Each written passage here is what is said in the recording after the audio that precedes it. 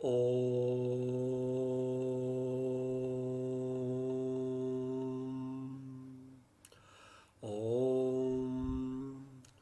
सच्चिदानन्दरूपाय विश्वोत्पत्त्यादिहेतवे तापत्रयविनाशाय श्रीकृष्णाय वयं नुमः।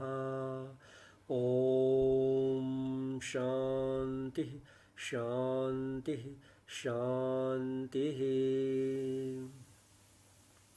आराध्यवर जी के चरणों में कोटि कोटि प्रणामांजलियां अर्पित करते हुए इस कार्यक्रम से जुड़े हुए सभी भक्तगण जी को हमारी भावपूर्ण प्रणामांजलियां। ओम। देखें, पवित्र गीता जी के इस चतुर्थ अध्याय में हम लोग जो चर्चा कर रहे हैं, इसमें इसका विचारणीय बिंदु है ज्ञान कर्म संन्यास योग। हम लोग प्रथम चर्चा इस पर कर चुके हैं। योग शब्द का जुड़ाव तीनों शब्दों के साथ होगा, ज्ञान योग, कर्म योग और संन्यास योग।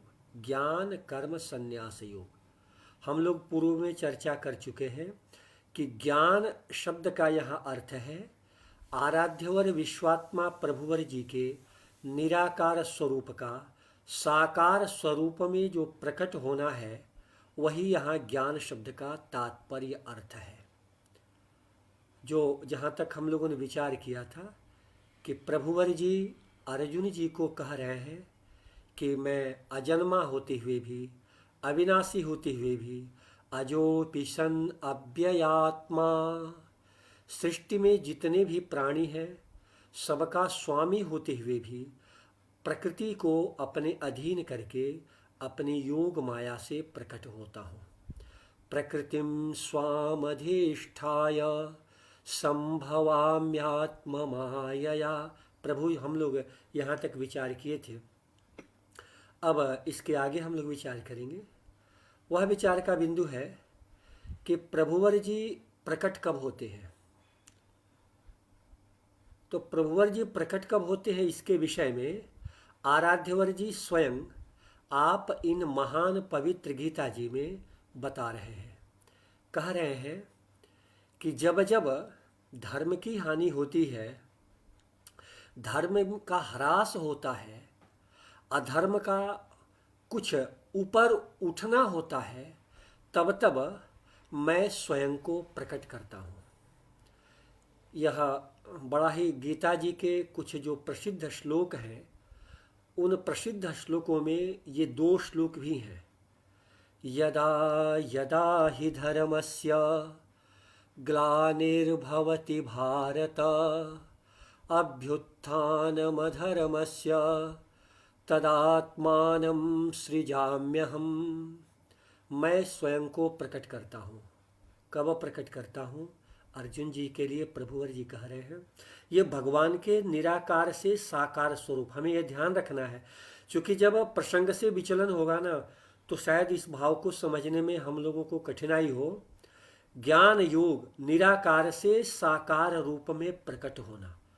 प्रभुवर जी कहते हैं कब प्रकट होता हूँ? जब धर्म की हानि होती है। तो धर्म क्या है, कब धर्म क्या है, और धर्म का ह्रास क्या है, धर्म का कम होना, शिथिल होना, कमजोर पड़ जाना, यह क्या अर्थ है। तो धर्म शब्द के बहुत सारे अर्थ हैं। उनमें हम दो प्रमुख अर्थ है यहाँ अभिलक्षित है। एक धर्म से तात्पर्य है सनातन धर्म, वैदिक धर्म।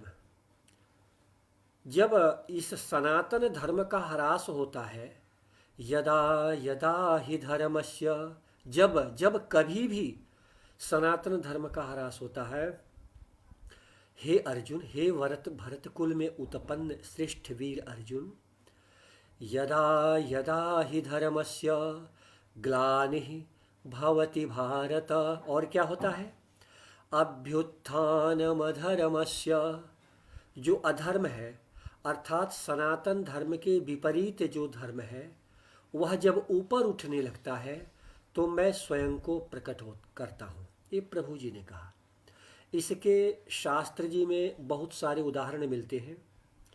जैसे एक उदाहरण है हिरण्यकशिपु का। आराध्यवर प्रभुवर जी के पूजनीय नृसिंह देव जी के रूप में प्रकट होने का। हिरण्यकशिपु भगवान ब्रह्मा जी की कठोर तपस्या करके अपनी बुद्धि में जितनी क्षमता है, सामर्थ्य है, उसके अनुसार अमरत्व को प्राप्त करने का वर मांगता है और ब्रह्मा जी वचन देने के कारण उसे वर दे भी देते हैं। वर प्राप्त करके वह जो सनातन धर्म के मूल्य हैं उन सब पर प्रहार करता है। यज्ञों का अनुष्ठान बंद कर देता है, भगवान के नाम जप कीर्तन आदि सब पर रोक लगा देता है। किसका नाम जप हो, किसकी पूजा हो, तो जो असुर श्रेष्ठ हैं उनकी पूजा हो। देवगण जी को यज्ञों के भाग न दिए जाएं। किसको दिए जाएं? हिरण्यकशिपु को दिया जाए। अन्य जो असुर श्रेष्ठ सेनापति हैं उन्हें दिया जाए। कहीं भी भगवान के भक्त दिखें उनको सजा दी जाए। ऐसे अत्याचार की एक अनंत श्रृंखला प्रारंभ कर देता है हिरण्यकशिपु। तो जब सनातन धर्म का ह्रास होने लगता है, साधक गण जी, ऋषि गण जी, भक्त गण जी छुप करके किसी तरह से अपने प्राणों की रक्षा करते हैं, भगवान से प्रार्थना करते हैं, तो फिर प्रभुवर जी पूजनीय नृसिंह देव जी के रूप में स्वयं को प्रकट करते हैं और प्रकट करके हिरण्यकश्यपु का वध करते हैं। यदा यदा ही धर्म भगवान नृसिंह देव जी के रूप में प्रकट करते हैं। उदाहरण देख लें, ऐसे बहुत सारे उदाहरण हैं। आदि शंकराचार्य जी, जब हमारे सनातन धर्म के मूल्यों का ह्रास होने लगता है तो वही परमात्मा आदि शंकराचार्य जी के रूप में स्वयं को प्रकट करते हैं और सनातन धर्म के जो मूल्य हैं, जो परंपराएं हैं, जो विधि विधान है, उनकी स्थापना करते हैं। ऐसे ही जब लंकेश का अत्याचार बढ़ जाता है और अपने धर्म का ह्रास होने लगता है तो विश्वात्मा प्रभुवर जी भगवान श्री राम जी के रूप में स्वयं को प्रकट करते हैं और संहार करते हैं। ऐसे ही आराध्यवर भगवान कृष्ण जी प्रकट होते हैं। तो कहने का अर्थ यह है कि भगवान कह रहे हैं कि अर्जुन जी के लिए कि जब जब सनातन धर्म कमजोर पड़ने लगता है और सनातन धर्म के विपरीत विरुद्ध जो नियम है वो प्रखर होने लगते हैं, प्रबल होने लगते हैं, तब हम स्वयं को प्रकट करते हैं। एक इसका भाव ये है। और प्रकट करके क्या करते हैं तो अभी इस पर हम लोग आगे विचार करेंगे। बहुत सारे ये कभी कभी चर्चा होती है, जैसे कभी मैं बच्चों के विद्यालय में जाता हूँ, कभी अवकाश वगैरह के समय में आवासीय विद्यालयों में गीता जी चर्चा पर, तो एक विद्यार्थी ने पूछा कि भारत में ही भगवान का अवतार क्यों होता है, ऐसा करके एक बार प्रश्न आया कि भारत से भिन्न जगह भगवान का अवतार क्यों नहीं होता है। तो देखें, भारत में, मैं संबद्ध विषय है इसलिए मैं इस पर रखना चाहता हूँ। भारत में भगवान का अवतार इसलिए होता है कि भारत वह भूमि है जहाँ साधक गण जी संसार के समस्त विषयों का त्याग कर देते हैं। अपने शरीर को शरीर नहीं समझते हैं, न भोजन का ध्यान, न शरीर का ध्यान, न सोने का ध्यान, न जगने का ध्यान, न वस्त्र का ध्यान, कुछ भी नहीं। केवल और केवल विश्वात्मा प्रभुवर जी भगवान कृष्ण जी के लिए स्वयं को समर्पित कर देते हैं। जहां दुनिया धन संपदा के पीछे अंधी होकर के दौड़ती है और दौड़ रही है कि बस हमें किसी भी तरह से भोग वस्तुएं चाहिए, वहां भारत वह पवित्र भूमि है जहां घर परिवार सगे संबंधी सबको छोड़ करके और एकांत तट पर बैठ करके भगवान के नाम का जप और ध्यान किया जाता है। तो ऐसी पवित्र भूमि में यदि प्रभुवर जी प्रकट न होंगे तो फिर कहाँ होंगे? भारत भूमि को छोड़ करके ऐसी वह कौन भूमि है जहाँ परमात्मा की प्राप्ति के लिए सब कुछ त्याग दिया जाता हो, अपने शरीर को बिल्कुल दांव पर लगा दिया जाता हो कि कुछ नहीं, शरीर रहे न रहे लेकिन प्रभुवर जी आपका दर्शन होना चाहिए। ये चीजें भारत भूमि में ही प्राप्त होती है।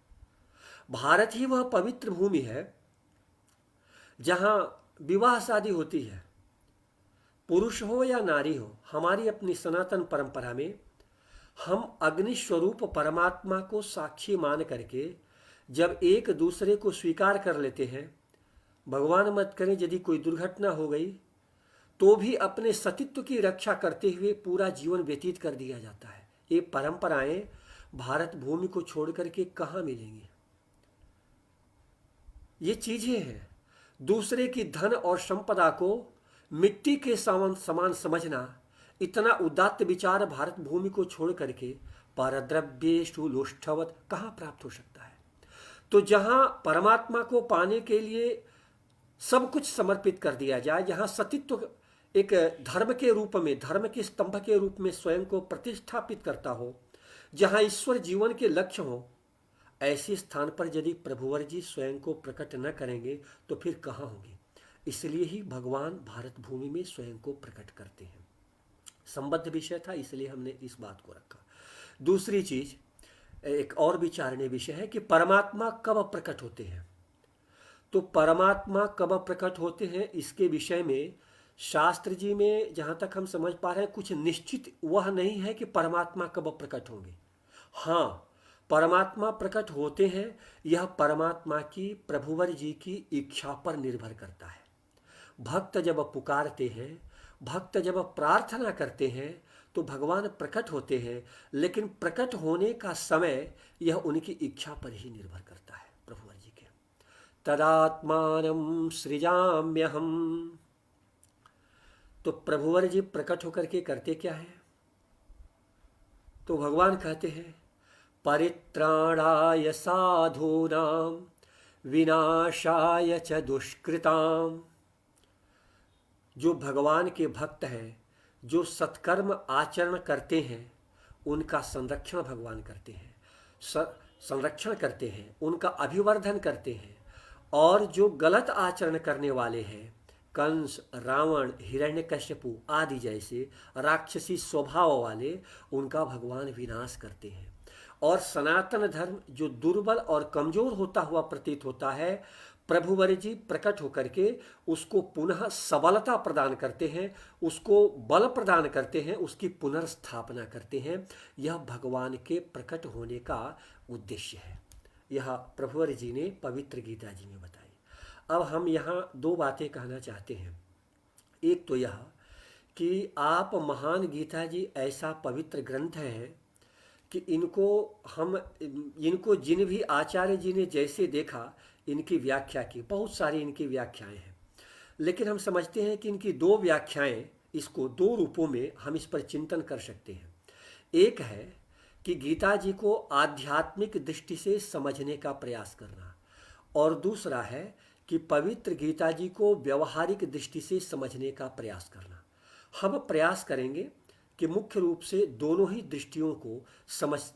दृष्टियों से गीता जी को समझने का प्रयास करते हैं।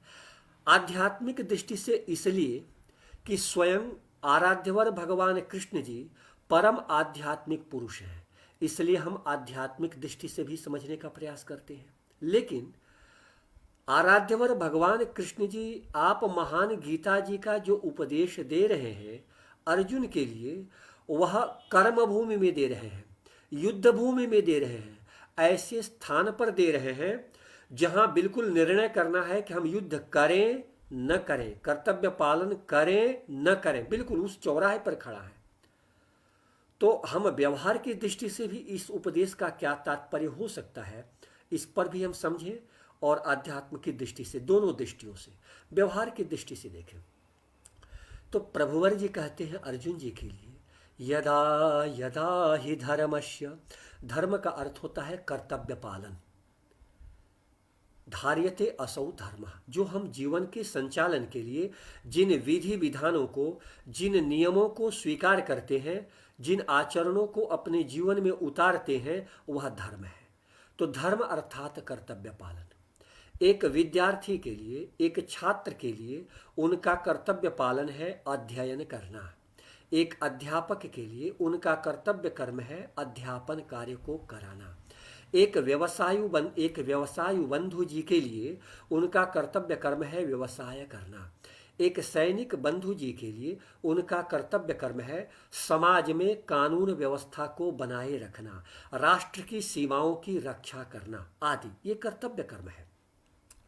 तो यदि हम धर्म शब्द का अर्थ कर्तव्य कर्म इस रूप में स्वीकार करते हैं, बिल्कुल है भी, उसमें ऐसा नहीं समझा जाना चाहिए कि खींच तान करके अर्थ हो रहा है, नहीं नहीं।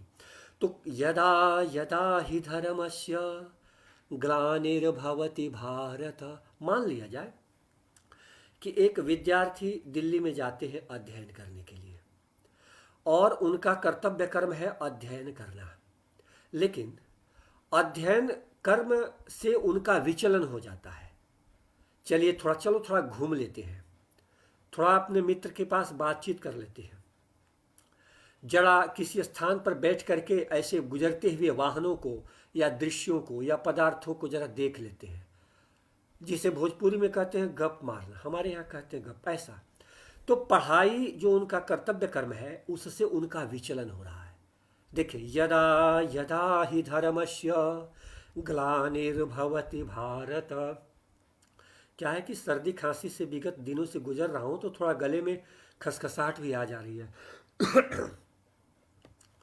तो कर्तव्य कर्म से विचलन हो रहा है, कर्तव्य कर्म दुर्बल हो रहा है, कर्तव्य कर्म का ह्रास हो रहा है। यदा यदा ही धर्मस्य ग्लानिर, ह्रास हो रहा है, दुर्बल हो रहा है।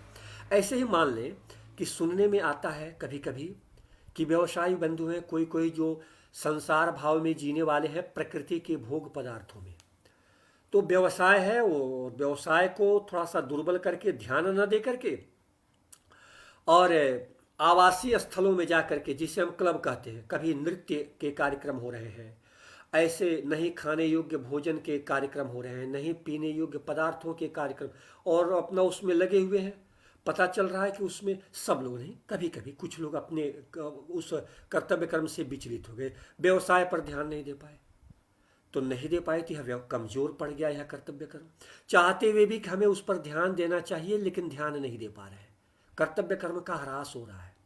एक सैनिक सीमा की रक्षा के लिए तत्पर है, समाचार पत्रों में पढ़ा जाता है कि वो वहाँ दुश्मन देश के, शत्रु राष्ट्र की जो खुफिया इकाइयाँ हैं, गुप्तचर संस्थाएं हैं, उनमें ऐसे ऐसे स्वरूप कार्य करते हैं जो विविध संदेशों से, विविध सुंदर आकृतियों से उन सैनिकों को आकर्षित कर लेते हैं, और आकर्षित करके उनका जो कर्तव्य कर्म है राष्ट्र की रक्षा करना, उससे उनको विचलित करते हुए प्रलोभन दिखा करके, धन का, स्वरूप का, रूप का आदि का प्रलोभन दिखा करके उनकी गोपनीय सूचनाएं इकट्ठा करते हैं, तो अपने कर्तव्य कर्म से विचलन हुआ।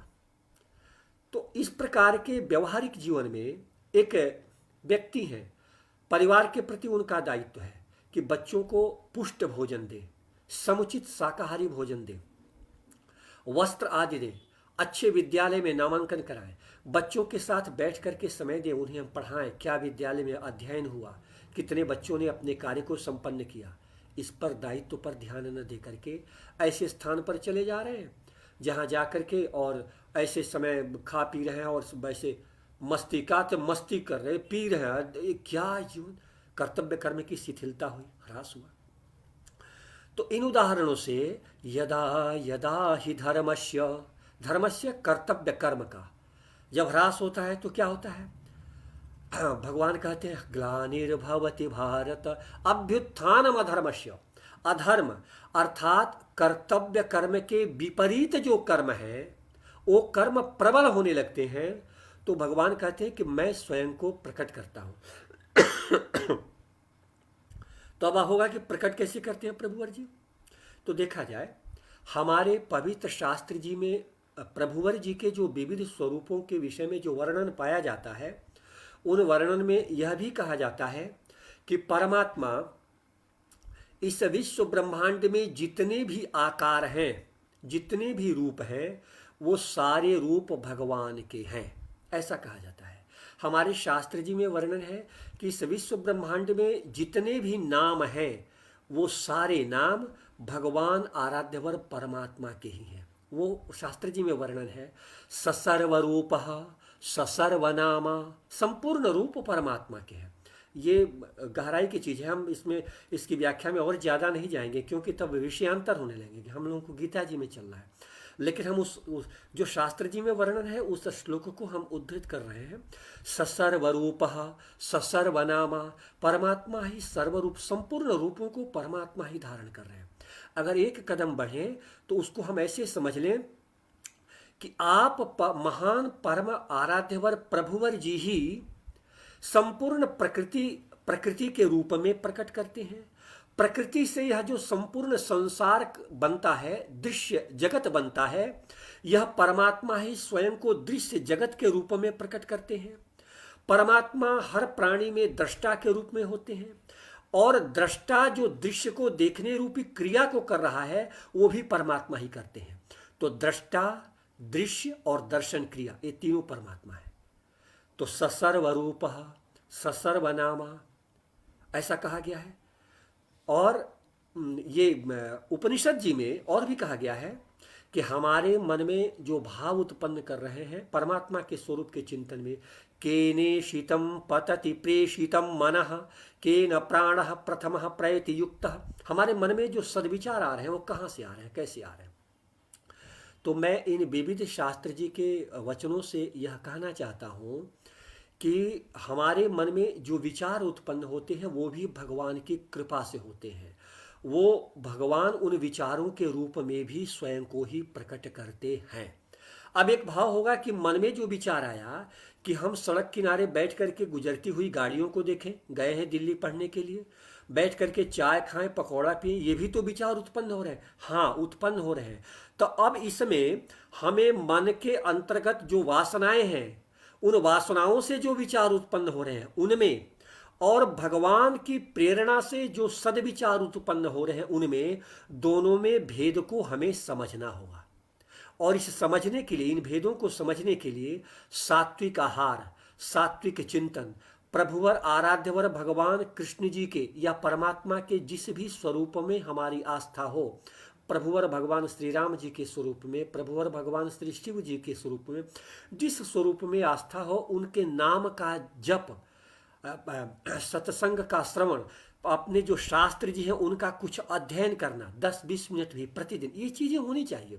इससे हमारे अंतर्गत यह समझने की क्षमता विकसित होगी कि वासना से प्रेरित प्रेरणाएं कौन हैं और ईश्वर प्रदत्त प्रेरणाएं कौन हैं। हमें यह विकसित होगी, हम इसका निर्णय करने में समर्थ होंगे। तो प्रभुवर जी, हम आ जाए मुख्य बिंदु पर कि प्रभुवर जी जब यह कहते हैं कि तदात्मा अभ्युत्थानम अधर्मस्य तदात्मानं सृजाम्यहम, कर्तव्य पालन से भिन्न जो कर्म है वो जो प्रबल रूप से हमारे मन में उत्पन्न होकर के और हमें कर्तव्य कर्म से विचलित करते हैं, तो ऐसी स्थिति में भगवान स्वयं को प्रकट करते हैं। लेकिन कब प्रकट करते हैं? एक बात हमें ध्यान रखनी है कि जब भक्त की पुकार पर ही परमात्मा प्रकट होते हैं। जब हिरण्यकशिपु का अत्याचार हुआ और पूजनीय देवगण जी, ऋषिगण जी जब भगवान से प्रार्थना करते हैं, तब पवित्र भागवत जी में प्रसंग आता है कि भगवान कहते हैं कि देखो मुझे पता है, और जब वह अपने पुत्र प्रहलाद पर अत्याचार करने लगेगा तो ब्रह्मा जी द्वारा दिए हुए वर के बावजूद मैं उसका वध कर दूंगा, उसका संहार, हनिष्येपि वरोर्जितम, वर प्राप्त करने के बावजूद भी उसे मैं मार डालूंगा। तो जब भक्त प्रार्थना करता है तब भगवान प्रकट होते हैं। इसी तरह से देख लिया जाए पवित्र भागवत जी में परमात्मा भगवान कृष्ण जी के स्वरूप में स्वयं को कैसे प्रकट करते हैं। जब पूजनीय पृथ्वी देवी जी, पूजनीय ब्रह्मा जी और अन्य देवगण जी के नेतृत्व में आराध्यवर की आराधना करते हैं कि असुर राजाओं के अत्याचार से इतना अत्याचार हुआ कि अब हमसे सहन नहीं हो रहा है, आप कृपा करें, इससे इन अत्याचारों से मुक्ति दें। तो परमात्मा स्वयं को प्रकट करते हैं। तो भाव यह है कि जब भक्त भगवान को पुकारता है तो परमात्मा अवतार ले लेते हैं, भगवान स्वयं को प्रकट करते हैं, नारायण नर के स्वरूप में दिखने लगते हैं। इसी तरह से ठीक इसी तरह से जब हम अपने व्यवहारिक दृष्टि से इसे समझा जाए, जब हम एक विद्यार्थी से लेकर के एक सैनिक तक अपने कर्तव्य कर्म से जब हम विचलित होने लगते हैं, तो वह महान परमात्मा जब जब हम उन प्रभुवर जी का ध्यान करते हैं, उनका स्मरण करते हैं, उनके पवित्र नाम का जप करते हैं कि हे प्रभुवर जी, उनका ध्यान करते हैं, तो ये जो जो कर्तव्य कर्म से विचलित करने वाले जो प्रेरणाएं हैं, जो बल है, जो हमारा मस्तिष्क और बुद्धि विचलित हो रही है, वह वहां से हट जाती है और कर्तव्य कर्म की तरफ हम आगे बढ़ने लगते हैं। ये ऐसी व्याख्या नहीं है, ये अनुभवजन्य है। मैंने स्वयं भी अनुभव किया है। इसको किसी अन्य दृष्टि से नहीं लिया जाना चाहिए कि कभी कभी अपने अध्ययन काल में, विद्यार्थी काल में, आज भी अनुभव करता हूँ कि संसार की दृष्टि से नहीं, लेकिन कभी शास्त्र जी के अध्ययन काल में कभी ऐसा हुआ कि जिससे हम चूंकि हमारी मातृभाषा भोजपुरी है, तो उदाहरण उसमें उसके टोन, उसकी शब्दावलियाँ कुछ स्वाभाविक रूप से खिंचती हुई आ जाती हैं कि कहते हैं कि अब मन नहीं लागत।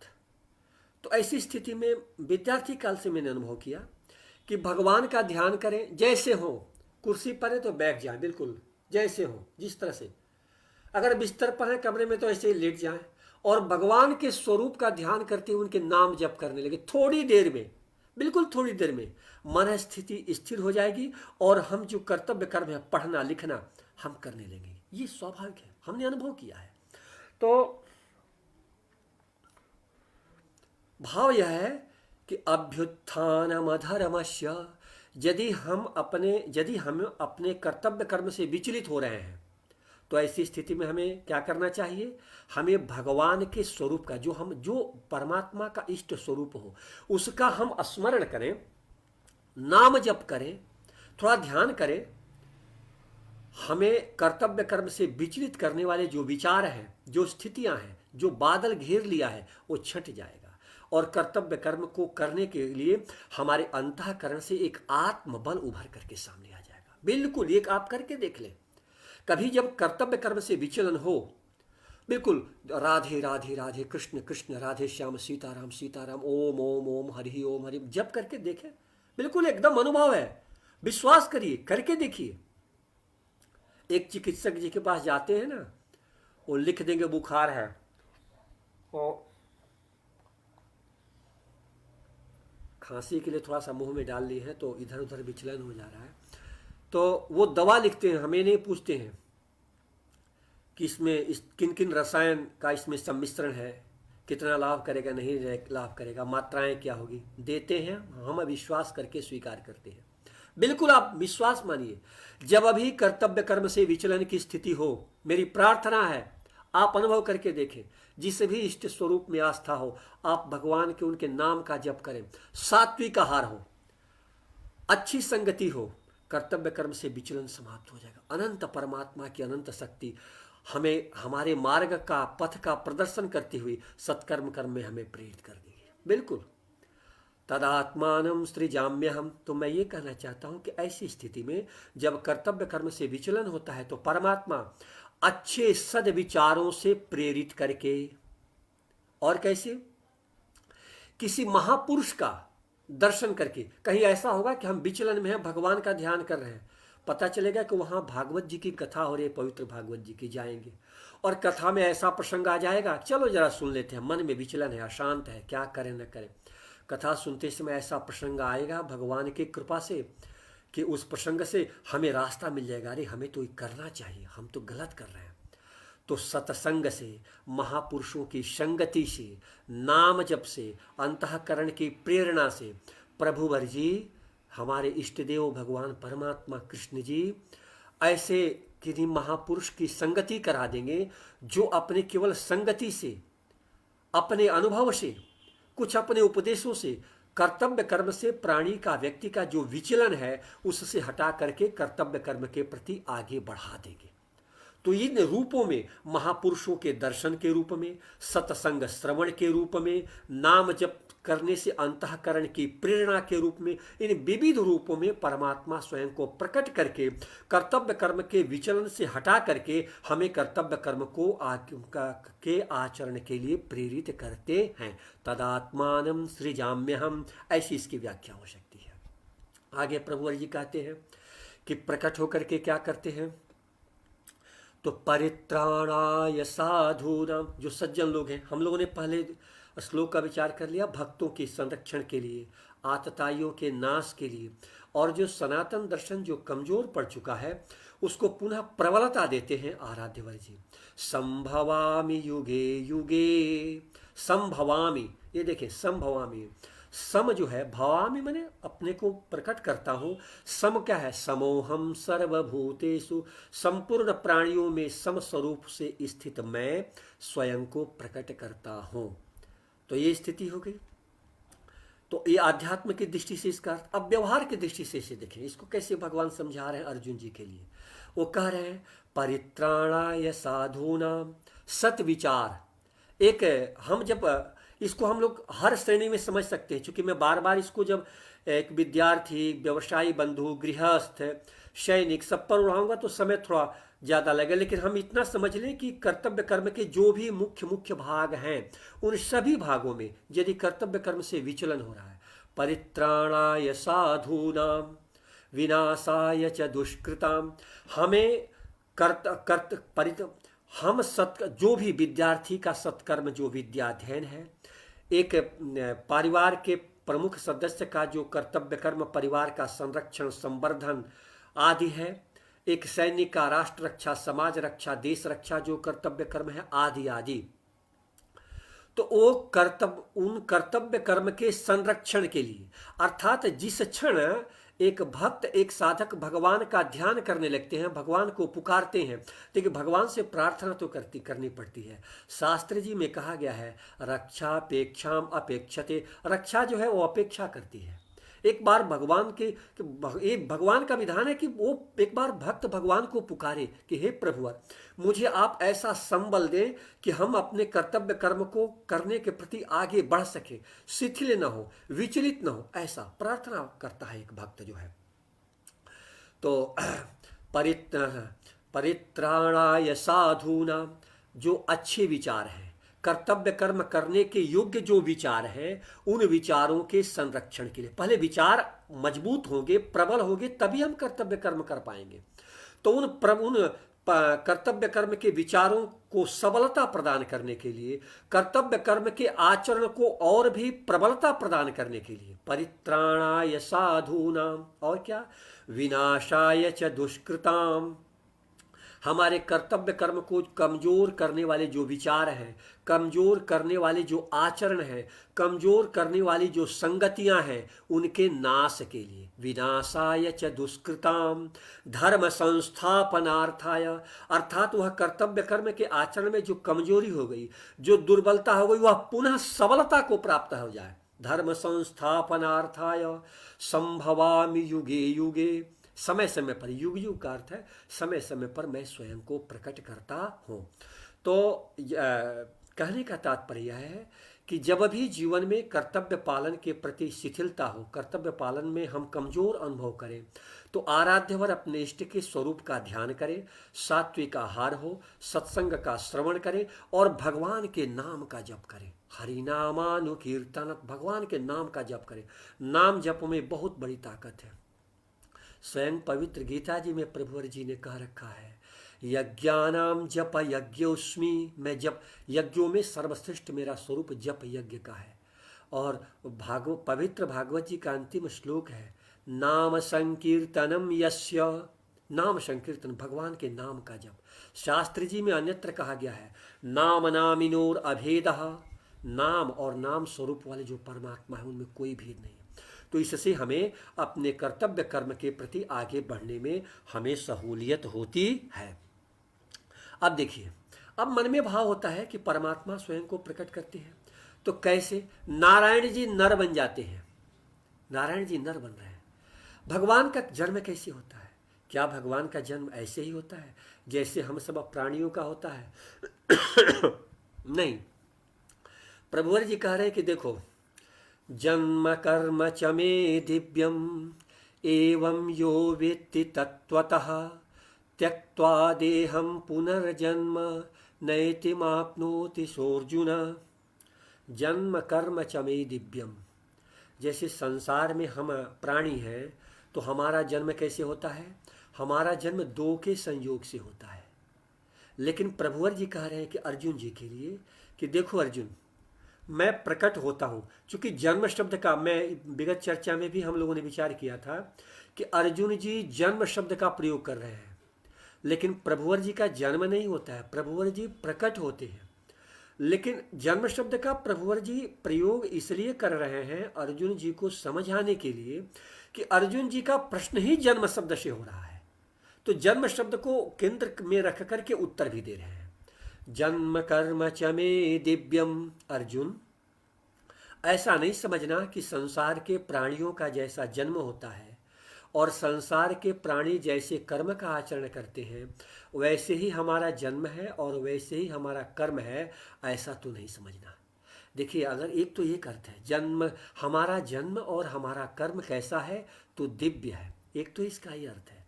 और जन्म और कर्म के शब्दों पर यदि हम विचार करें तो इसका अर्थ भी कुछ इसी तरह से निकलता है, दिव्य कर्म, दिव्य जन्म। जन्म में जन और म, कर और म, एक गीता जी का भी एक व्याकरण होता है। म माने मेरा, जन माने प्रकट होना।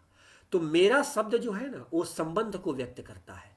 मेरा, मेरी पुस्तक, मेरा भवन, मेरा विद्यालय, मेरा वाचनालय, ऐसे संबंध को व्यक्त करता है। तो जन म माने जो मेरा, मेरे भक्तों के लिए मेरा जो प्रकट होना है वही मेरा जन्म है। ये देखिए, ऐसा हम इसका अर्थ कर सकते हैं। कर म, हम जो अपनी लीलाओं का म माने मेरे भक्तों के लिए, मेरे साधकों के लिए मेरा जो कर्म है, मेरा जो आचरण है वही मेरा कर्म है। तो परमात्मा जो लीला प्रकट करते हैं, लीला का आचरण करते हैं, वो भक्तों के लिए करते हैं ताकि भक्त भगवान की लीलाओं को सुन करके, देख करके, पढ़ करके, समझ करके अपने आनंद में डूब सके और परमात्मा के स्वरूप को पा सके। जन्म कर्म च मे दिव्यम, भगवान कहते हैं एवं यो वेत्ति तत्त्वतः, तत्व रूप से जो यह समझ लेता है कि मेरा जन्म और मेरा कर्म दिव्य है। तो जन्म और कर्म, इसके जन्म, एक तो जन्म शब्द का अर्थ हम लोगों ने विचार किया। अब भगवान का जन्म दिव्य कैसे है कि प्रभुवर जी दो, जो हमारा जन्म होता है वो कैसे होता है? तो हम प्राणियों का जन्म पूर्व स्वरूपों में जो हमारे जो कर्म संस्कार रहे, पूर्व स्वरूपों में जो हमारे गुण रहे, उन गुणों, सतोगुण, रजोगुण, तमोगुण, उनको आश्रित करके, कर्म वासनाओं को आश्रित करके हमारे अगले अगले जन्म होते हैं, अगले अगले स्वरूपों की प्राप्ति होती है। लेकिन प्रभुवर जी जब प्रकट होते हैं तो उनके प्रकट होने में पूर्व कर्म की वासनाएं और पूर्व कर्म ये आधार नहीं बनते हैं। भगवान अपने भक्तों पर अनुग्रह करने के लिए, उनके संरक्षण के लिए स्वयं को प्रकट होते हैं। हम प्राणियों का जन्म संयोग से होता है। प्रभुवर जी प्रकृति को अधीन करके, प्रकृति के तत्वों को काट करके, अपने अधीन करके प्रभुवर जी प्रकट होते हैं। यह प्रभुवर जी का है दिव्य जन्म। और प्रभुवर जी का दिव्य कर्म क्या है कि प्रभुवर जी कर्तृत्व के अभिमान से रहित होकर के कर्म करते हैं। मैं ये करता हूं, नहीं नहीं, कभी नहीं। प्रभुवर जी भक्तों के उल्लास के लिए, भक्तों के आनंद के लिए कर्मों का आचरण करते हैं। हमारा कर्म कैसे होता है कि हम धन कमाएंगे तो हमारे परिवार, हमारी पत्नी, हमारे बच्चे सुखी होंगे, खुश होंगे, आनंदित नहीं हो। आनंद तो भगवान के चरणों में होता है। तो ये निंदनीय नहीं है। एक बात ध्यान रखना है कि गीता जी को हमें ठीक से समझना है, नहीं तो वो अर्थ का अनर्थ भी हो जाएगा। ये ऐसा नहीं है कि प्रभुवर जी ये नहीं कह रहे कि हम धन का अर्जन न करें, विद्या का अर्जन न करें, परिवार का संरक्षण न करें। नहीं नहीं, ये सारे कर्तव्य कर्म हमें करने हैं। हमें दो चीज़ों का ध्यान रखना है कि ममता और आसक्ति को छोड़ करके करना है, बस ये चीज़ है। अगर ममता और आसक्ति को छोड़ दें तो हमारे कर्म भी दिव्य कर्म हो जाएंगे, कर्म, हमारे आचरण भी दिव्य आचरण हो जाएंगे। और दिव्य कर्म और दिव्य आचरण से हम दिव्य स्वरूप परमात्मा को पा सकते हैं। तो जन्म कर्म च मे दिव्यम, भगवान का कर्म कैसा है कि भगवान फल की आकांक्षा से होकर के कर्म नहीं करते हैं। भक्तों पर अनुग्रह करने के लिए, भक्तों पर दया करने के लिए भगवान के कर्मों का आचरण होता है। भक्तों को आनंदित करने के लिए भगवान कर्मों का आचरण करते हैं। वो उनको कर्म की कोई अभिलाषा नहीं होती। इस प्रकार के जो भाव है वो यही इनको कहेंगे दिव्य कर्म। जन्म कर्म च मे दिव्यम एवं यो वेत्ति तत्वतः, जो ठीक से समझ लेते हैं उनको क्या होता है, त्यक्त्वा देहम पुनर्जन्म नैति मामेति सो, हे अर्जुन, जब यह शरीर छूटता है तो पुनः उनका जन्म नहीं होता है। मामेति, वो मुझे पुनः प्राप्त कर लेते हैं। जरा इस श्लोक के आराध्यवर जी के इस उपदेश के अंतिम चरण को विचार करें। इसके विचार के पहले हम संसार का एक उदाहरण लेते हैं। हम पुनः निवेदित करना चाहते हैं विनम्र भाव में कि अध्यात्म के लिए, प्रभुवर जी के चिंतन के लिए कोई संसार का उदाहरण नहीं हो सकता है। हम समझने के लिए थोड़ा सा ले लेते हैं। जैसे मान लें कि क्रिकेट खेला जा रहा है, 8, 10, 20 जो भी देशों के क्रिकेट खेलने वाले खिलाड़ियों के समूह हैं। तो उनमें प्रारंभ में क्या होता है, खेल होता है, एक दूसरे से खेलते हैं। कुछ खेलों के बाद, कुछ दिवसीय खेलों के बाद उसमें चुनाव होता है कि अंतिम खेल दिवस के पूर्व 4-6 खेल समूहों का, देश के खेल समूहों का चयन होता है कि उसको कहते हैं सेमीफाइनल या प्री सेमीफाइनल, ऐसे शब्दों के द्वारा उन खेल समूहों का चयन होता है कि पूर्व, अंतिम खेल के पूर्व ये खेल समूह, इन देशों के एक खेल समूह चयनित हुए, ऐसा करके सेमीफाइनल हुआ। और फाइनल में होता है ना कि अंतिम खेल दिवस के लिए इन देशों के 2 समूहों का चयन हुआ और उसमें एक समूह जो विजयी हुआ वह पार कर गया। चलिए, ये तो विजयी हो गया, ऐसा होता है। तो इसी तरह से हम ये समझें कि 84 लाख ये जो स्वरूप है, यह इस संसार में खेल की भूमि है। 84 लाख स्वरूप, यह जीवात्मा विविध स्वरूपों को धारण करके और खेल की भूमि में अपनी भूमिका निभा रहा है। बिल्कुल सब में, कुत्ता, बिलार, सियार, चींटी, मच्छर, ये सब स्वरूपों में कर रहा है। और इसके बाद अंतिम खेल दिवसीय होता है ना, जैसे एक अवसर मिलता है कि आज फाइनल मैच है, एक शब्द होता है फाइनल मैच, अंतिम खेल दिवस। इसमें जो विजयी होगा उसे क्या मिलेगा, तो उसे वो मिलेगा, क्या बोलते हैं, कप मिलेगा, वर्ल्ड कप मिलेगा, ऐसा कहते हैं। तो ये जीवन क्या है, 83,99,999 खेल समूहों में खेलता हुआ यह जीव तत्व, भगवान उसे अवसर देते हैं। फाइनल मैच के लिए परमात्मा ने मानव शरीर दिया कि चलो फाइनल मैच खेल लो। और फाइनल मैच में खेलते हुए वही सेल्फ गोल कर ले तो इससे बड़ा दुर्भाग्य क्या। यहाँ तो 10, 20, 100, 200 देशों के समूह में खेल करके हम फाइनल में पहुंचे, तो कितना परिश्रम हुआ। अनादि सृष्टि से यह जीवात्मा विविध स्वरूपों में खेल रहा है, कभी उसे फाइनल खेलने का अवसर नहीं मिला। फाइनल खेलने का अवसर मिलता है इस मानव स्वरूप में। हमें सदा यह ध्यान रखना चाहिए कि इस विश्व सृष्टि की रचना में परमात्मा ने केवल मानव स्वरूप ही वह दिया, विवेक बुद्धि ही वह दिया, कर्मों का अधिकार इस केवल मानव स्वरूप में ही दिया, जहां हम कर्मों का आचरण करते हुए और वर्ल्ड कप माने परमात्मा के दिव्य स्वरूप जो हमारा अपना है उसको हम पा सके। हम विश्व नियंता, एक विश्व के खिलाड़ी से एक अरबों स्वरूपों में, खरबों में एक छोटे से इस लीला जगत में जो हम मृत्यु और जन्म के इस चक्र में फंसे हुए, इसमें विश्व नियंता बन जाए, अवसर दिया। और इस अवसर को हम खो करके और फिर 83,999 के लिए हम खेल रहे हैं। अब फिर न जाने कब ये मानव तन मिलेगा। तो अब हम समझते हैं कि यदि इस पर थोड़ा सा विचार किया जाए तो हमारे शास्त्र जी में इसे कहा गया है आत्मघाती।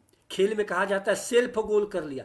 आजकल राजनीति हो रही है ना, हम लोग समाचार माध्यमों में सुनते हैं, पढ़ते हैं, कोई कोई ऐसी टिप्पणियां महानुभाव कर देते हैं कि मैं किसी का नाम नहीं रखना चाहता हूँ, कि पत्रकार बंधु जब उस पर अपनी टिप्पणियां करते हैं, कहते हैं कि ये सेल्फ गोल हो गया उनके लिए, मानो वो विजयी होने के लिए खेले और ऐसा खेल खेले, ऐसे वक्तव्य दिए कि वो उनके लिए हानिकारक हो गया। तो हमें ये मानव स्वरूप मिला लाखों लाखों स्वरूपों के बाद, इसलिए कि हम अपने दिव्य स्वरूपों को पा करके विश्व नियंता जो भगवान हमारा अपना स्वरूप उसको हम पा सकें। और उस स्वरूप को अगर खो करके केवल भोग खाइल पियल सूतल, अरे तो खाइल पियल सूतल तो मानव से भिन्न स्वरूपों में है। हमारे में तो मर्यादाएं हैं, बंधन है, वहां तो न कोई मर्यादा है न कोई बंधन है, कुछ भी नहीं, एकदम जितना भोग भोग सको भोगो, कुछ भी ऐसा कुछ नहीं है। तो ये फाइनल मैच है, ये जीव 84 लाख स्वरूपों का, इस संसार विश्व सृष्टि का, ब्रह्मांड रचना का। हमें इस स्वरूप को पा करके और फाइनल मैच को जीत लेना है। फाइनल मैच का जीतना क्या है?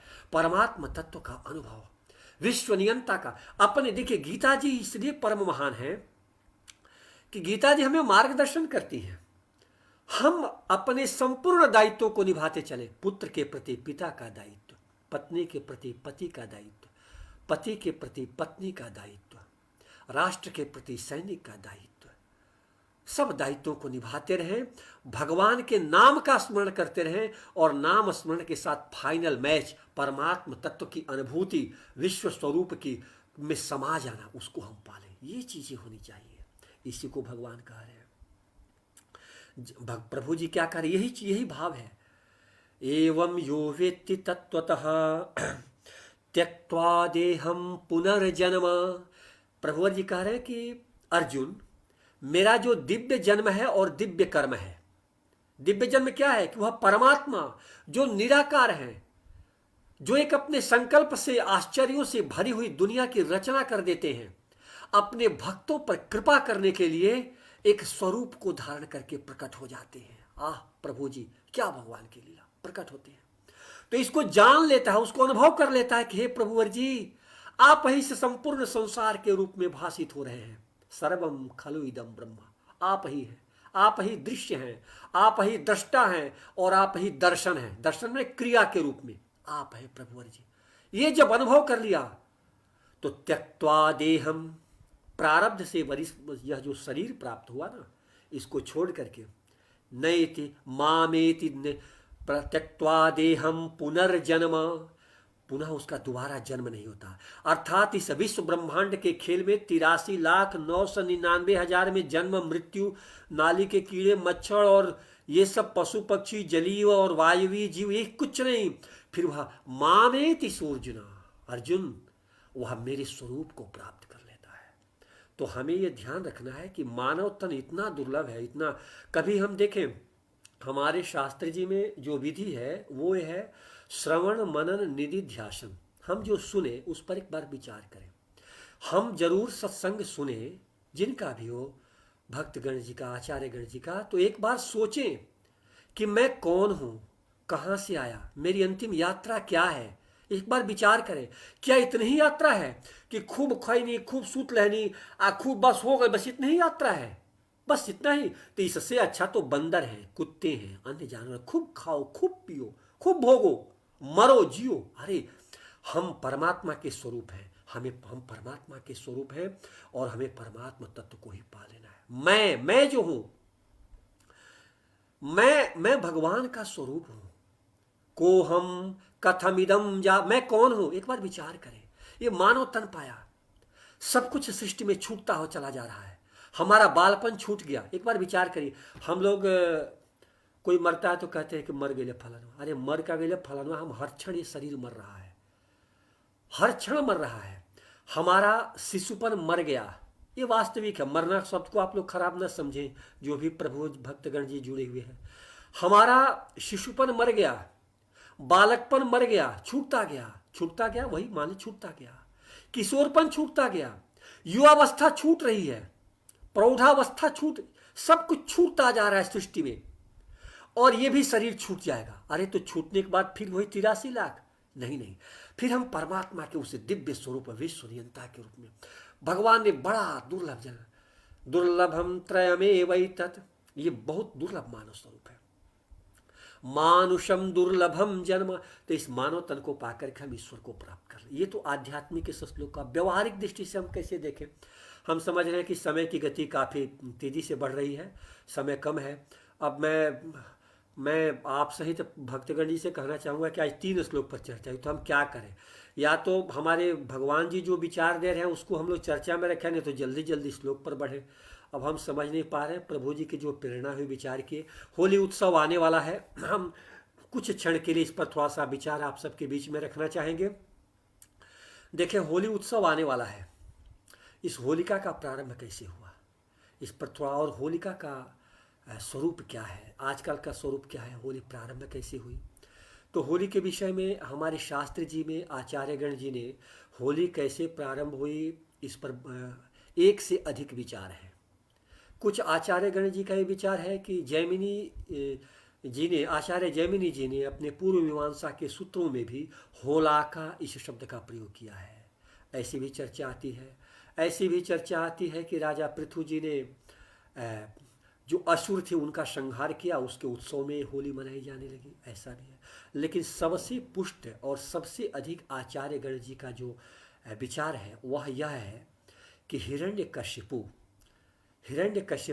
जब अपने पुत्र श्रेष्ठ भगवत भक्त प्रहलाद जी पर अत्याचार करता, कथा तो बड़ी लंबी है, ये बहुत लंबी पवित्र कथा जी आती हैं, भागवत महापुराण जी में भी आती है, सप्तम स्कंध में, और अन्य पुराण जी में भी इनकी कथा आती है। तो वो अपने गुरु के आश्रम में, आचार्य शुक्र जी के आश्रम में शिक्षा प्राप्त करते हैं। आचार्य शुक्र जी के पुत्र हैं आदरणीय षंड जी और आदरणीय अमर्क जी, उनसे शिक्षा प्राप्त करते हैं। बीच बीच में कुछ महीनों के बाद अपने घर आते हैं महल में, तो उनकी माँ कयाधु जी उत्साह में उनके पिता के पास ले जाती हैं और पिताजी से जब स्नेह से पिताजी को प्रणाम करते हैं, स्नेह से बैठाते हैं, और जब जब उन्होंने पूछा कि आप बताएं कि आपने अच्छी शिक्षा तुमने क्या पाई, तो भगवान की भक्ति को, भगवान की आराधना को श्रेष्ठ बताते हैं। अंत में उन्होंने तो नवधा भक्ति को श्रेष्ठ बताया है भागवत जी में। श्रवणम कीर्तनम विष्णु स्मरणम पाद सेवनम अर्चनम वंदनम दास्यम सख्यम आत्मनिवेदनम। तो वो जो है हिरण्यकश्यपु अत्यंत क्रोधित हो जाता है। कथा लंबी है। अपने पुत्र प्रहलाद को मारने का बहुत प्रयास करता है, बहुत प्रयास, जितना प्रयास है संभव करता है। वह समुद्र में फेंकवाता है, लेकिन समुद्र की जो जलराशि है वह स्थल के रूप में बदल जाती है भगवान की कृपा से। वह उसके ऊपर हथियारों का प्रयोग होता है। वो नुकुले बाण, वो भाले, तलवार आदि का उसको मारने के लिए प्रयास करता है। तो जब प्रहलाद जी के शरीर से उनका स्पर्श होता है तो फूल जैसे लगने लगते हैं। हाथियों से कुचलवाने का प्रयास करता है, हिंसक जंतु सिंह से मरवाने का प्रयास, जो इतना भी हो सकता है सब करता है। किसी में वो सफल नहीं हो पाता है, किसी में सफल नहीं हो पाता है। तो यही एक प्रसंग है। हिरण्यकश्यपु की एक बहन है जिनका नाम है होलिका, जो सबसे प्रमुख हमारे शास्त्र जी में पाया जाता है। होलिका, उन्हें वरदान प्राप्त था, उन्हें एक चद्दर प्राप्त था, एक वस्त्र प्राप्त था कि वो यदि ओढ़ ले, उसको अपने से ढक ले, तो फिर अग्नि उन्हें जला नहीं पाती थी। ये उनको एक आशीर्वाद प्राप्त था ब्रह्मा जी से, तप के बल पर। उसके मन में आया कि क्यों ना ऐसा करें कि इसको वैसे ही जलवा दें। तो उसने अपने राज्य में, राज्य के बीचों बीच उसने हिरण्यकश्यपु ने लकड़ी को इकट्ठा कराया, और इकट्ठा करा करके बहन से विचार विमर्श किया कि इस तरह से इसको मार देना है। होलिका तैयार हो गई, और होलिका तैयार होने के बाद वहाँ बैठती है होलिका, और उनको ले लेती है प्रहलाद जी को, और प्रहलाद जी को लेने के बाद वो चद्दर अपना ओढ़ लेती हैं। अग्नि जलाई जाती है। अग्नि जब जलाई जाती है तो भगवान की कृपा, ईश्वर जिसको नहीं चाहते उसे मार कौन सकता है, और जिन लोगों के साथ जितने दिनों का प्रारब्ध है उनको बचा कौन सकता है। भगवान की कृपा होती है और कृपा होने के बाद है वो जो हवा इतनी तेज चलती है धधकती हुई, हिरण्यकशिपु बड़ा प्रसन्न होता है। वो जो लौ है वो बहुत धधकती है। हिरण्यकशिपु प्रसन्न होता है कि वाह आज तो बच गया, लेकिन आज ये बचने वाला नहीं है, मेरी बहन तो बच जाएगी उस वस्त्र के प्रभाव से। भगवान की कृपा से वो हवा से वो वस्त्र उड़ जाता है। और भगवान की कृपा क्या, परमात्मा भगवान आराध्यवर विश्वात्मा विष्णु जी स्वयं हवा में अपनी शक्ति का संचार कर देते हैं। वो पकड़ी हुई है प्रहलाद को और वस्त्र को, लेकिन जिस तरह से द्रौपदी जी की मर्यादा के संरक्षण के लिए परमात्मा सकट रूप में अवतार ले ली, सकटावतार। मैं आपसे कहा ना, अभी चर्चा जो हो रही है यदा यदा ही धर्मस्य, देखिए द्रौपदी जी की मर्यादा की रक्षा के लिए भगवान साड़ी के रूप में अवतार ले लिए, प्रकट हो गए। तो परमात्मा प्रहलाद जी को बचाने के लिए उस वस्त्र में हवा के रूप में अपने को अवतार ले लिया। हवा का तो भगवान का ही स्वरूप है, उसमें उन्होंने और संबल प्रदान कर दिया। होलिका जी अपने वस्त्र को पकड़ न सकी, जिसको भोजपुरी में हमारे यहाँ कहते हैं उधिया जाना। हवा के प्रवाह से वह वस्त्र उड़ा और उस वस्त्र ने उनको ढक लिया प्रहलाद जी को। और जब जैसे ही वस्त्र हटा, होलिका जो थी वो हिरण्यकशिपु की बहन धू धू करके जल गई। अग्नि की ज्वाला जब शांत हुई तो भगवान के नाम का जप कर रहे हैं ऐसे, हरिओम हरिओम हरिओम प्रहलाद जी। उन्होंने कहा पिता, हिरण्यकशिपु को बड़ा आश्चर्य होता है, अरे कैसे हमारी बहन जल मरी, ये अभी बचा हुआ है, ये कैसे बच गया जिंदा।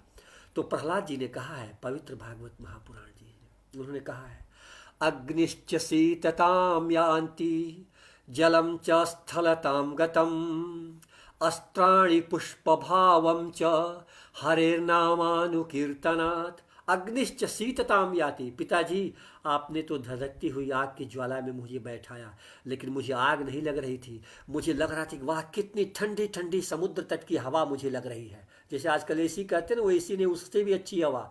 जो लोग समुद्र के किनारे या पवित्र माँ गंगा जी के किनारे बैठ करके कभी सायंकाल या प्रातःकालीन की हवा का, अग्निश्च शीतताम यान्ति, अग्नि की ज्वाला मानो एकदम बिल्कुल ठंडी ठंडी हवाओं के समूह के रूप में बदल गई। अग्निश्च शीतताम यान्ति जलम च स्थलताम यतम, और जिस समुद्र में आपने मारने के लिए हमें फिकवाया वो समुद्र का ऊपरी भाग स्थल बन गया। जलम च स्थलताम गतम अस्त्राणि पुष्प भावम च, और जितने हाथी ये आपने हथियारों का प्रयोग, भाला लाठी ये तलवार आदि का प्रयोग किया करा गया, पुष्प भावम च, वो जानते हैं मुझे कैसे लग रहे थे, जैसे कोई फूल हमको छुआ रहा है। अस्त्राणि पुष्प भावम च, और ये सब कैसे हुआ, हरेर नामानुकीर्तनात्, वह विश्वात्मा प्रभुवर जी हरि नाम के कीर्तन से सब कुछ हो सका। इसलिए आप भी हरि जी के शरणों में जाए। तो ये जो होलिका प्रारंभ हुआ, यह होलिका क्या है, हिरण्यकशिपु की बहन, ये अत्याचार अनाचार ये जितने खराब स्थितियां हैं उसकी प्रतीक है। अनुचित व्यवहार अनुचित आचरण की प्रतीक है होलिका। और प्रहलाद जी क्या है, न्याय उचित आचरण सत्कर्म के प्रतीक हैं प्रहलाद जी। तो होलिका उसी समय से फाल्गुन पूर्णिमा को से ये मनाया जाता है होलिका दहन। यह मनाया जाता है अन्याय अत्याचार के जलन के प्रतीक के रूप में, अनुचित आचरण के नाश के विनाश के प्रतीक के रूप में, और उचित आचरण के संरक्षण संवर्धन के प्रतीक के रूप में है प्रहलाद जी। और उनके जीवित बचने के उत्सव में इसको मनाया जाता है। एक तो यह प्रसंग है, सबसे ज़्यादा आचार्यों ने इस प्रसंग को ही स्वीकार किया है। तो उस समय जो मनाया जाता था, उस समय मनाने की स्थिति ये थी कि उत्साह से फूलों से एक दूसरे से खुशी मनाई जाती थी। मिष्ठान्न भोज होता था, मिठाई खिलाई जाती थी, कि दूध दही खिलाया जाता था, मीठा डाल करके बड़े उत्साह से। आजकल तो उसका बड़ा विकृत रूप, और लोग उन दिनों कैसे गंगा जल से, यमुना जी के जल से, पवित्र जल से वो लोग एक दूसरे पर वो करते थे, होलिका का उत्सव मनाते थे। आजकल तो उसका बड़ा ही काफ़ी खराब रूप हो गया है। बड़े बड़े शहरों में हम भी जब पढ़ते थे या कभी तो देखते थे कि वो नाली की गंदी चीज़ें फेंकी जा रही है। ये इसका भी एक बिगड़ा हुआ रूप है। होली में एक बार मैं गांव गया अपने, और प्रायः जाता हूँ, तो गांव गया तो एक तरफ मैं देखा कि पूरे गांव के लोगों का एक हिंदी या भोजपुरी शब्द कहले रेला लगना एकदम टूटता ही नहीं था। उधर से लोग आ रहे थे लगातार, हम कह कहाँ जा रहे हैं, क्या झोली में लग। हमने पूछा बड़ी क्या बात है कि आज होली के दिन जो है लाइन लगी हुई है। तो लोगों ने कहा, एक गांव का नाम रखा किसी व्यक्ति का, अब ये सच बात है, बिल्कुल ऐसा नहीं है कि उन्होंने कहा कि एक वो ऐसा है कि एक मुर्गा केंद्र खुला है, पालन केंद्र। हमने कहा तो ये सब जा रहे हैं वहाँ, उनको वध करके उनको ला रहे हैं, मुर्गा बकरा बकरी ये सब जो है वो खाएंगे। हमने कहा ये होली? बोले हाँ ये होली है। ये देखो, अरे राम राम राम। ये तो न्याय के प्रतीक के रूप में, सत्कर्म आचरण के रूप में हम मिष्ठान्न भोज कर रहे हैं और अनंत जीवों का संहार कर दिए। क्या ये यही होली है? ये होली का एक बहुत बिगड़ा हुआ रूप है भोगवादी दृष्टि से। हमारे शास्त्र जी में कभी भी जीव वध को ये कभी भी न्याय संगत नहीं माना गया है। शास्त्र जी में श्लोक आता है, न कदापि भवेत राजन सद्गतिर्मांस भोजिनाम। जो मांस जी का भक्षण करते हैं उनकी कभी भी सद्गति नहीं होती है, किसी भी रूप में सद्गति नहीं होती है। अरे दूसरे के उसको उबाल उबाल करके और काट करके वही जीवात्मा उसमें है। एक हमारे हाथ में भोजपुरी हम इसलिए करते हैं कि उदाहरण वही से आ जाए, चूटी काटना। हमारे अपने दो ये अंगुलियों से अगर कोई इस पर काटे तो थोड़ी सी दर्द होता है, उसको काटा जाता है। और क्या तो जी होली उत्सव मना, ये होली है? हाँ? ये होली है? नहीं नहीं नहीं, ये हमारे शास्त्र जी के भी विरुद्ध है। फूलों की होली खेलिए, मिठाई खिलाइए, घर में दूध दही खीर खिलाइए, पुआ खिलाइए, होली है। न सद्गत न कदापि, ये शास्त्र जी का वचन है। तस्मात् शास्त्रम प्रमाणन्ते, हमारे जीवन में शास्त्र जी को प्रमाण के रूप में स्वीकार किया जाना चाहिए। न कदापि भवेत राजन सद्गतिर्मांस भोजिनम, मांस खाने वालों की कभी सद्गति नहीं होती है। शास्त्र जी में दूसरा क्या कहा गया है, यस्तु दानम गो सहस्त्रम, हजारों गायों का यदि किसी ने दान दिया और किसी ने मांस भक्षण नहीं किया, समावेतौ पुरा प्राह, तो ब्रह्मा वेद विदाम्बरः, संपूर्ण वेद जी को जानने वालों में श्रेष्ठ जो ब्रह्मा जी हैं, उन्होंने यह कहा है, ये ब्रह्म वैवर्त पुराण जी का श्लोक है, उन्होंने यह कहा है कि किन्हीं ने हजारों गौ दान किया। आप यह सोचे कि मरण धर्मा व्यक्ति के लिए हम लोग गौ का दान कराते हैं ताकि ये पार कर जाए, जीवन मुक्त हो जाए। और ब्रह्म वैवर्त पुराण जी का श्लोक है जिसमें कि संपूर्ण ज्ञानियों में श्रेष्ठ ब्रह्मा जी कहते हैं कि जो हजारों गायों का दान करे, यो यस्तु गो सहस्त्रम दद्यात, हजारों गायों का दान करे, यस्तु मांसम न भक्षयेत, लेकिन यदि वो मांस मछली अंडा मदिरा आदि का सेवन नहीं कर रहा है, समावेतो पूरा प्राह, ये दोनों एक समान है। हजारों गायों का दान देना में जो पुण्य होता है, यदि ये मांस मछली सूरा सूर्य ये सब यदि हम भक्षण नहीं करते हैं तो दोनों का समावेतो, ये दोनों एक समान पुण्य के भागी होते। पूरा ब्रह्मा वेद विदाम्बरा। तो आप सबसे हमारी प्रार्थना है, अब तो हम लोगों का भगवान की कृपा रहेगी तो अगले गुरुवार को उनकी कृपा से मिलन होगा। प्रार्थना यही है कि आप सब जो भी होली उत्सव मनाएं, फूलों से होली। देखिए, एक रंग भरी एकादशी होती है, काशी जी में मनाई जाती है। तो रंग भरी एकादशी जी का प्रसंग ये है कि परम आराध्यवर भगवान शिव जी जगत जननी माँ पार्वती जी के साथ जब काशी जी में पधारते हैं तो भक्तगण जी उनका स्वागत करते हैं फूलों से, गंगाजल से, दूध के बनाए हुए पेड़ों से, ऐसा उनका स्वागत करते हैं। तो उस तिथि को कहते हैं रंग भरी एकादशी, मनाई जाती है हर साल। तो हम भी प्रार्थना, आप सबसे हमारी यही प्रार्थना है कि होली का उत्सव, आप सबको बधाई, होली का उत्सव मनाएं लेकिन किसी जीव का वध करके नहीं, मांस मीस को छोड़ करके शुद्ध सात्विक। इतना भोजन है, सूखे फल हैं, अच्छे फल हैं, खूब पुआ बनाइए, काजू किशमिश डालिए, दही उसमें डालिए, पनीर आप खाइए खूब सुंदर, और फूलों की होली खेलिए। वो गंदे पानी से नहीं, नाली के पानी से नहीं, स्वच्छ जल से खेलिए। हृदय को एक दूसरे से होली कैसा खेलें हम एक दूसरे को केवल शरीर से शरीर न मिले, आत्मा से आत्मा, हृदय से हृदय, मन से मन को मिला कर मिले। किसी को बध करके और उबले ही उसको खा करके इस जिह्वा पर थोड़ी देर के लिए मिले नहीं ना। आप इस शास्त्र, तस्मात् शास्त्रम प्रमाणन्ते, जिन महान गीता जी की चर्चा कर रहे हैं उनके 16वें अध्याय का अंतिम श्लोक है, भगवान आराध्यवर जी अर्जुन जी के लिए कहते हैं तस्मात् शास्त्रम प्रमाणन्ते। हम यही कहेंगे, न सद्गतिर्भवेद राजन, न कदापि भवेद राजन सद्गतिर्मांस भोजिनम। सदा याद करें, मीट मछली अंडा सूरा पान जो करते हैं उनकी कभी सद्गति नहीं होती है।